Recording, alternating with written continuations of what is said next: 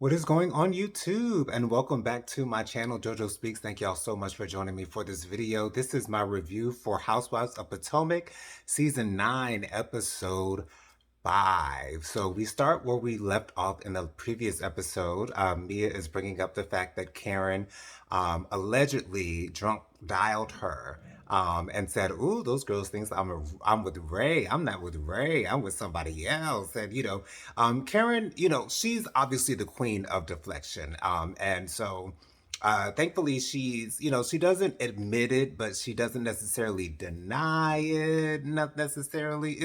It's a whole it's muddy waters here. But I thought Karen handled that beautifully because she really could have gone off on Mia. She really could have given her a piece of her mind. But Karen seems to be holding back a little bit. But it's okay. Karen knows what to do in these types of situations. But anyway, so we leave the table.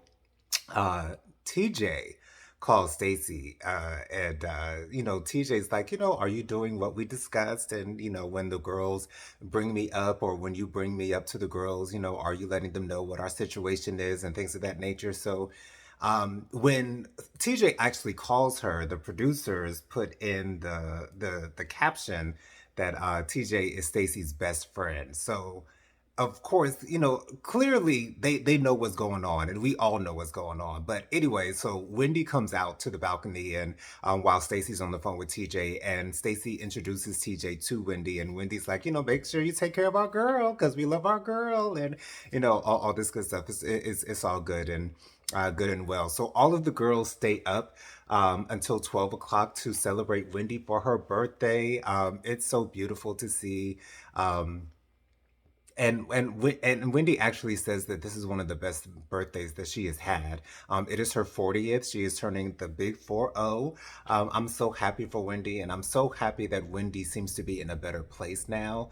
She seems to have a great position in the show, even though she doesn't necessarily have any friends per se on the cast. I think she's fitting right in the middle. I think that she's sort of kind of the middle ground of this particular season. She's not taking sides one way or the other, and I think I can and enjoy that. I can really enjoy that, and I think Wendy has learned from her past and understood that taking sides really might not be the best idea going into this new season of Housewives of Potomac. So, anyways, I'm super happy for Wendy and everything that's going on with her. So in the next scene, we see Mia. She's talking to Jacqueline, and Mia's saying that Gordon has been texting her saying that he feels like he's been betrayed by Mia, and he thinks that Mia is just using him. But to me, it seems like they're using each other. With the fact that Gordon moved into the same building as Mia and Ink, and he's still calling on her to do things for her, and he's still calling for her to do things for him rather.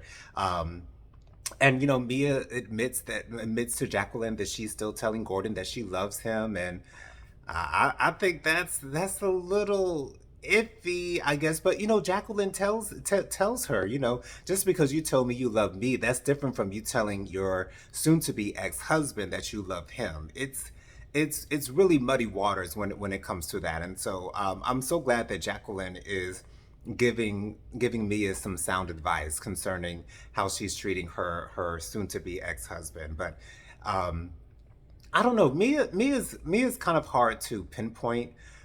With Mia being the sort of kind of liar that she is, it's kind of hard to place Mia anywhere in particular. Mia seems to be kind of all over the place, trying to find moments to be the star of the show. I don't know. I'm not sure exactly how to take it. But anyway, so the ladies sit down for breakfast. All of the ladies are together, and Giselle calls Wendy. Giselle actually goes to her twin daughter's cap and gown ceremony. Now, I'm not sure if a cap and gown ceremony is different from an actual graduation because they didn't actually say the word graduation. So I'm assuming that a cap and gown ceremony might be separate. Maybe this is more of a celebration of a graduation. But I'm so happy for Giselle's daughters moving on to the next level. High school graduation is always a big landmark in anyone's life, and so I'm so happy that Jamal is there to support his daughters. It's really amazing to see that Jamal is so it's so active in his daughter's life.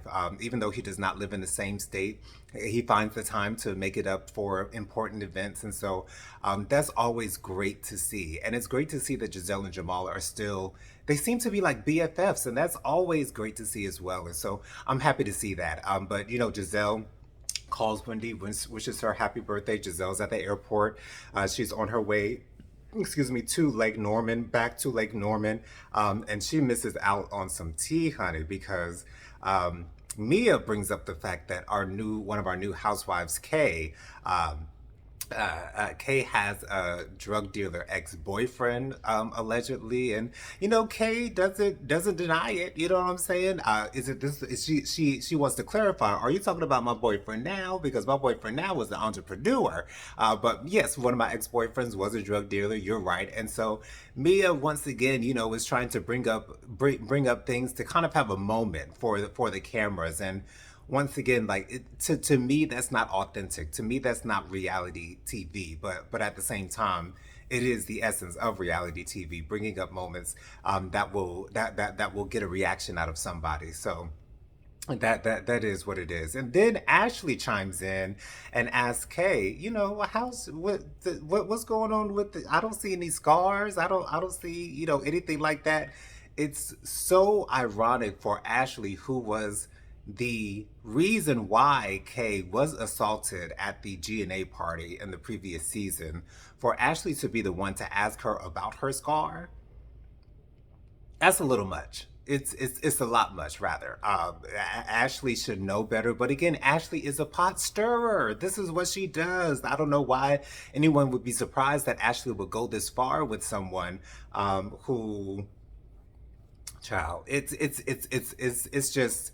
It's not surprising, but it's like, Ashley, come on. This is not the right time. And, Kay goes off. She's really, really upset with the fact that Ashley has asked her about her scar. And, Ashley's like, in the confessionals, well, you know what I'm saying? She has this new skincare line. I'm wondering if the skincare line has helped her to, kind of make her scar go away. And then Jazzy chimes in and says, do you wear glasses? Because, there's clearly a scar there. Now, they did not do any type of close up to kind of show any type of scar. And of course, when you wear makeup, makeup is going to cover up scars as well. So it's it's again, Ashley being who Ashley is, and she's doing what Ashley does, and she's stirring the pot. So it is what it is. But anyways, then Karen raises her hand and says, "Can I be a little messy? Can I be a little messy here?" And she says, to Jacqueline, "Are you still trying to work that out with Mr. PP?" You know what I'm saying? And it does not go well. It does not go well, because Karen then says that your baby's father, honey, he has 25 convictions on his record, and he was let go from his job. And Jacqueline says that was an internal investigation, and yes, he did lose his job as a result, but that's not right for you, Karen, to bring this up. And then Mia chimes in and says, we shouldn't be focusing on people's past. And then Wendy says, "Well, Mia, you're bringing up Kay's past with her ex-boyfriend, so what of it?" And it's a whole cluster F. It's a real cluster F. And it's another one of those reality TV show scenes that we've come to expect from these types of shows. But Karen, Ashley points out the fact that Karen is the queen of deflection, and of course that is right. Even though the conversation wasn't leaning towards Karen at this time, um, it is what it is. It clearly just it is what it is. So the ladies get up from the table, and Mia, Jacqueline, and Ashley go into their room, and Mia finds it to be the right time to bring up all of Karen's charges, reading them out line by line. You know what I'm saying? Who is Karen to bring up what convictions that Jacqueline's baby's father is having, when she's got such and such and such and such and such and such, and she's going through all of the convictions. And then Stacy comes into the room, and they inform Stacy about all of Karen's charges and all the allegations that she's coming up against. And apparently Stacy had no idea what these allegations were. And that was confusing to me because for Stacy to quote be Karen's friend, I would assume that she would be aware of all of the charges that Karen is facing. And I'm thinking that all of the girls in the circle are aware of all the charges that Karen is facing. And so that was a little bit confusing to me. And so then Stacy finds it to be the right time to go confront Karen concerning all of these charges. And Mia also says that they think that they need to take Karen to rehab. And Stacy brings up this possibility to Karen, asking Karen if she needs to go to rehab. Child, this was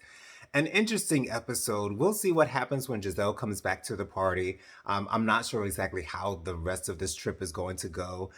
Things have been going kind of okay, but you know, it's what we've come to expect when it comes to these types of trips, and so it is what it is. I'm excited to see what happens in the next episode. Thank you guys so much for joining me for this particular review. Make sure you check out my next review. Be sure to subscribe to my channel, press the notification bell, press the like button, and also leave a comment. Let me know your thoughts on what happened on this episode 5 of season 9 of Real Housewives of Potomac. Thank y'all so much for watching.